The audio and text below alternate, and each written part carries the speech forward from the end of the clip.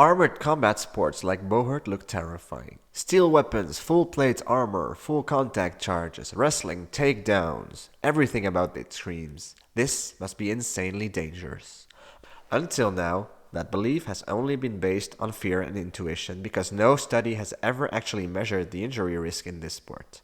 Hello, my name is Thierry and I am the Chief Medical Officer of the French Bohurt Fédération, and I wanted to answer a simple question. How dangerous is Bohurt in reality? Within the French Bohurt Federation, we built the National Injury Surveillance System. 19 clubs out of 39 participated, and each was appointed a trained reporter called the Seneschal.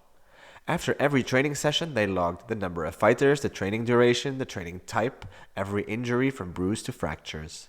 And at competitions, injuries were recorded by the medical staff in the exact same way. For training, we used injuries per 1,000 athlete hours, which represent one athlete being exposed to the sport for 1 hour. During competitions, fight time is too irregular to measure reliably, so we used injuries per 100 athlete exposures, which corresponds to one athlete taking part in one match.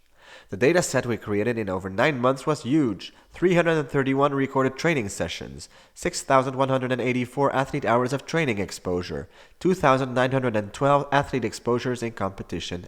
During training, we observed 0 fatalities, 60 injuries, of which 13 were severe. Overall injury incidence in training was 9.8 injuries per 1,000 athlete hours and 2.1 severe injuries per 1,000 athlete hours. By severe injuries, we meant an injury that resulted into 7 days of time loss. Light Bohurt saw 7 injuries per 1,000 hours, among which 2 per 1,000 hours were severe. In armored fighting, 15.7 per 1,000, but severe injuries only accounted for 2.6 per 1,000 hours. This means fighters get hurt more often wearing armor, but those injuries tend to recover fast. To put training incident ratio into perspective, rugby has an IIAH of 2.8 per 1,000 hours and football between 1.37 and 5.8.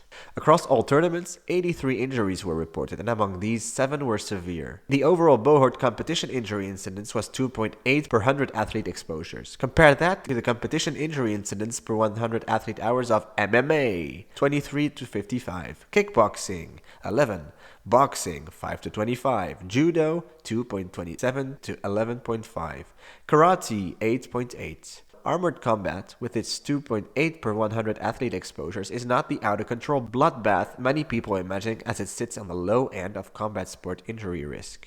Now let's examine the differences by format. Dual Bohurt has the lowest risk with 1.23 injuries per 100 athlete exposures, probably because its rules are closer to fencing and prohibit wrestling, which doesn't expose the knees. 5v5 melee comes next with 3.5 injuries per 100 athlete exposures, which is a moderate risk. However, we encounter severe back and neck injuries that don't exist elsewhere.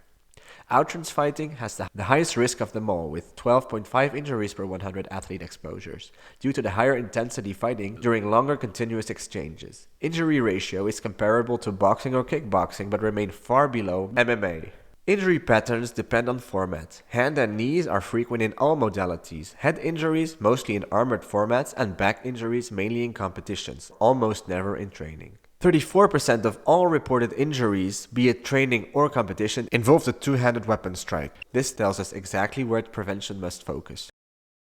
The most serious cases include ligament ruptures, shoulder dislocations, fractures, and one myocardial infarction. All athletes recovered without permanent sequelae. Concussions almost certainly remain underdiagnosed, and France is currently implementing a concussion protocol that will be fully operational during the 2026 season. What does this all mean? Despite the appearance, armored combat has moderate injury incidence. Risk is not higher than Olympic combat sports, and in many formats it is even lower.